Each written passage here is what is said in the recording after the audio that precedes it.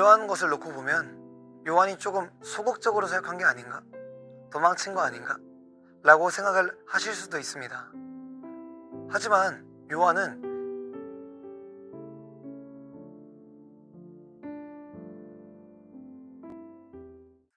안녕하세요. 김민기 목사입니다.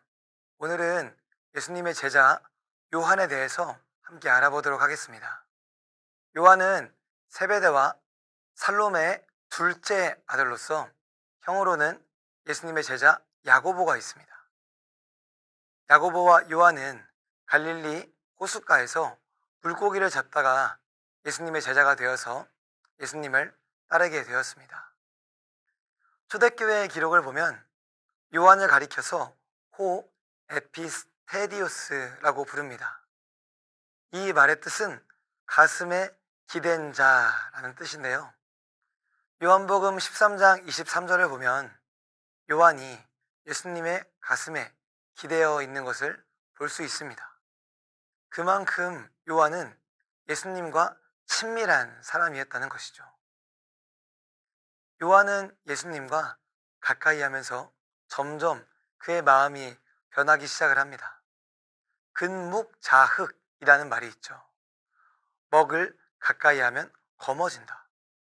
무언가와 가까이 하면 닿는다라는 뜻입니다. 요한의 경우가 이랬습니다.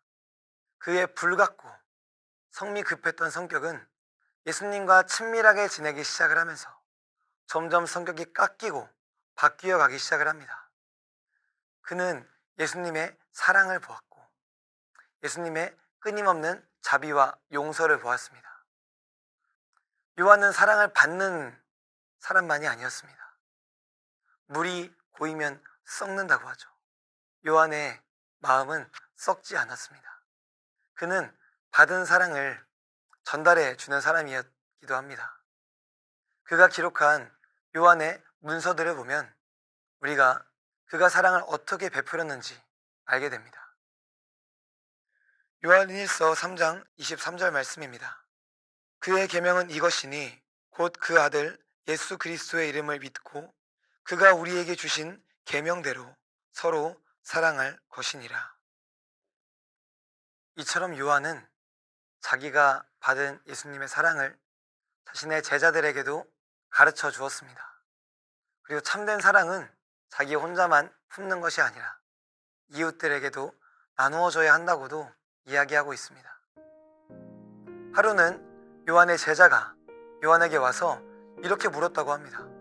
선생님, 저희가 언제까지 사랑만 배워야 합니까? 그러자 요한이 이런 말을 남겼습니다. 사랑은 그리스도 교회의 기초이다. 사랑만 있으면 죄를 범하지 않을 수 있다. 우리는 어떻게 사랑하고 있을까요? 조금 하다가 끝나버리는, 조금은 짧은 사랑을 하고 있진 않을까요? 아니면 사랑의 모양은 있지만 사랑의 중심이 없는 형태뿐인 사랑을 하고 있는 것은 아닐까요? 요한이 말하는 사랑은 그리스도 교회의 기초입니다. 신자라면 겉과 속이 명확한 가득 차 있는 사랑을 해야만 합니다. 그 사랑이 있을 때 우리는 미움, 다툼, 분열, 욕심, 시기와 같은 죄에서 자유로워질 수 있습니다. 사랑은 그리스도 교회의 기초이고 그것만 있다면 죄를 범하지 않을 수 있다는 요한의 말을 잘 기억하셨으면 좋겠습니다. 이후에 AD 44년에 헤롯 아그리파 1세의 박해가 시작이 됩니다. 많은 교회의 인물들이 순교당하게 되었습니다. 이때 요한은 소아시아에 있는 에베소로 자신의 거처를 옮기는데요. 이때 예수님의 어머니 마리아를 함께 모시고 갑니다. 예수님께서 십자가에서 말씀하셨던 그 말씀을 잊지 않고 순종했던 것이죠. 요한의 죽음에 대해서 미리 말씀을 드리자면 요한은 순교하지 않습니다. 예수님의 제자 중에서 가장 오래 살아서 많은 책들을 쓰고 공동체를 보살핍니다. 조금 흥미로운 점은요, 예수님의 제자 중에서 보아너게라고 불렸던 야고보와 요한 형제가 있습니다. 이 중에 형인 야고보는 최초의 순교자가 되었고, 요한은 최후의 제자가 되어서 예수님의 사랑을 전파했다는 것이죠. 형제가 예수님의 제자의 처음과 끝을 아주 멋있게 장식하는 것을 볼 수 있습니다. 이러한 것을 놓고 보면 요한이 조금 소극적으로 생각한 게 아닌가? 도망친 거 아닌가? 라고 생각을 하실 수도 있습니다. 하지만 요한은 에베소에서 보낸 시간을 결코 낭비하지 않았습니다. 요한은 그곳에서 자신의 공동체를 일구어서 하나님의 사랑 안에 온전히 자랄 수 있도록 지도하고 보살핍니다.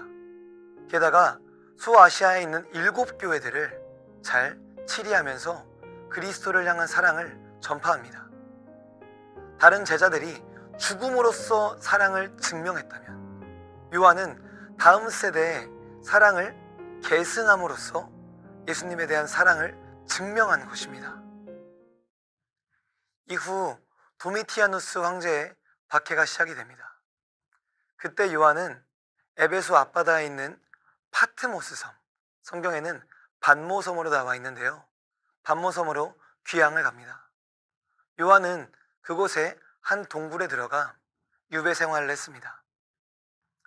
반모섬 유적지에 가면 조금 재미있는 유적이 있습니다. 요한의 계시 동굴이라는 곳이 있는데요, 그 계시 동굴에 들어가면 요한이 무릎 꿇은 자리가 있습니다. 그리고 한 가지 특이한 장소가 더 있습니다. 바로 요한이 머리를 대었던 곳입니다. 요한은 이곳에서 매일 머리를 죽게 박으면서 기도했다고 합니다.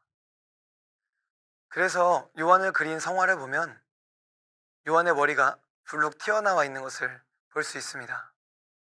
요한이 머리를 박고 기도했다는 기록을 살려서 그린 그림인 것이죠. 왜 요한이 이렇게 기도했을까요?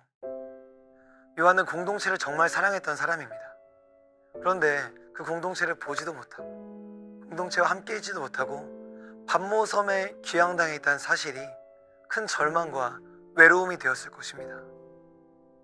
요한은 이 절망과 외로움 앞에서 낙담하지 않고 기도했습니다. 하나님께 매일 머리를 박아가며 간절함으로 기도했습니다. 그 결과 요한은 그 시련 앞에서 하나님을 향한 마음을 잃지 않게 되었고, 도리어 공동체를 더욱더 뜨겁게 사랑할 수 있었습니다. 성도 여러분, 혹시 말 못할 절망과 외로움이 있으십니까? 기도하시기 바랍니다. 절망과 외로움이 우리를 때리고 아프게 하고 사방에서 무겨쌀지라도 하나님을 믿는 마음으로, 간절한 마음으로 기도하시기 바랍니다.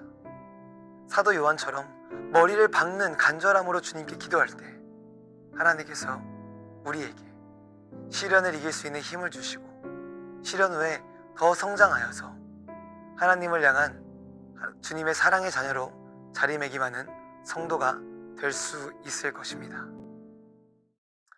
요한은 반모섬에서 1년을 지냈습니다. 요한이 기도만 했을까요? 아닙니다. 요한은 이러한 일들을 했는데요, 말씀을 통해 살펴보시겠습니다. 나 요한은 너희 형제요 예수의 환난과 나라와 참음에 동참하는 자라. 하나님의 말씀과 예수를 증언하였으므로 말미암아 반모라 하는 섬에 있었더니 주의 날에 내가 성령에 감동되어 내 뒤에서 나는 나팔 소리와 같은 큰 음성을 들으니. 요한은 반모섬에서 성령에 감화되었고 요한계시록을 씁니다. 요한계시록은 마지막 날에 있을 일들을 설명한다기보다는 공동체에게 용기와 희망을 주는 책입니다. 너희가 지금 이러한 환난을 당하고는 있지만 주의 날이 올 것이니 희망을 가지라는 거죠. 이렇게 요한은 소아시아의 7교회에게 요한계시록이라는 편지를 씁니다. 공동체를 사랑하는 요한의 마음을 볼 수 있는 대목입니다. 이후 AD 97년에 도미티아누스가 암살됩니다. 그러자 자연스럽게 요한의 유배령도 풀리게 됩니다.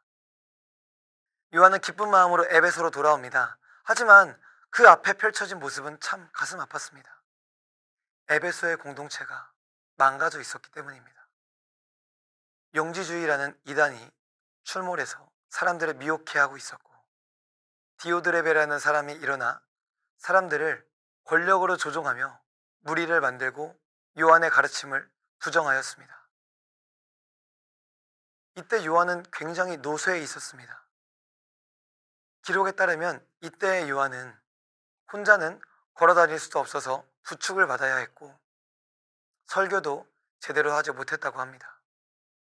이렇게 노쇠한 몸이었지만 요한은 공동체의 아픔을 두고 볼 수가 없었습니다. 그래서 펜을 들어서 편지를 씁니다. 그것이 바로 요한 1서, 요한 2서, 요한 3서, 그리고 영지주의자들에게 복음을 설명해 주기 위해서, 그들을 바른 길로 되돌아오게 하기 위해서 쓴 책, 요한 복음이 있습니다. 요한 복음, 요한 1서, 요한 2서를 보시면 몸으로 오신 예수님을 강조합니다. 예수님은 참 하나님이시고 참 사람이시라는 거죠. 영지주의자들은 예수님의 육체가 가짜라고 했습니다. 영은 신성하고 육은 부정한데 어찌 하나님의 아들이, 하나님이 육의 몸을 입고 오겠느냐 라고 생각했습니다. 그 사람들은 이렇게 말했습니다. 예수님이 몸으로 오신 것처럼 보이는 거다. 또 이렇게 생각했습니다. 예수라는 청년에 그리스도라는 거룩한 영이 임했다가 빠져나갔다. 요한복음과 요한 1서, 요한 2서는 이를 잘 교정해 줍니다. 예수님은 하나님이시고 사람이시며 이 땅에서 그 몸으로 우리의 죄를 사하셨다는 것이죠. 또 요한 3서는 가이오라는 한 사람에게 쓰는 편지인데요. 당시 가이오가 다니던 교회에 디오드레베라는 사람이 일어나 사람들을 분열케 하고 사람들에게 권력을 휘둘렀습니다. 요한은 가이오에게 디오드레베를 닮지 말고 사람들에게 인정을 받는 신실하고 진실한 데메드리오를 본받으라고 이야기합니다. 이 두 가지 편지에서 우리는 요한이 추구하고자 했던 교회의 모습을 알게 됩니다. 바로 진리 위에 굳게 서서 하나 되는 공동체입니다. 교회는 진리 위에 서야 합니다. 잘못된 가르침 위에 서면 안 됩니다.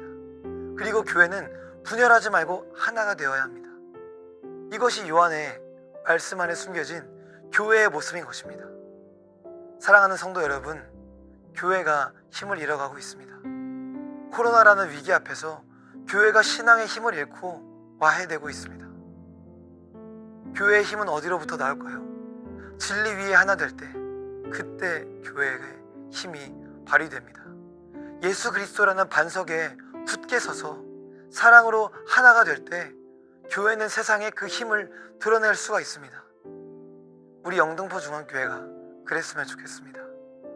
진리 위에 굳게 서서 사랑으로 하나 되는 모습이 우리 가운데 있기를 소망합니다. 예수님 말씀처럼 불법이 성하고 많은 사람들의 사랑이 식어지는 시대가 왔습니다. 추워지는 날씨만큼이나 시대의 온도도 많이 떨어지고 있습니다.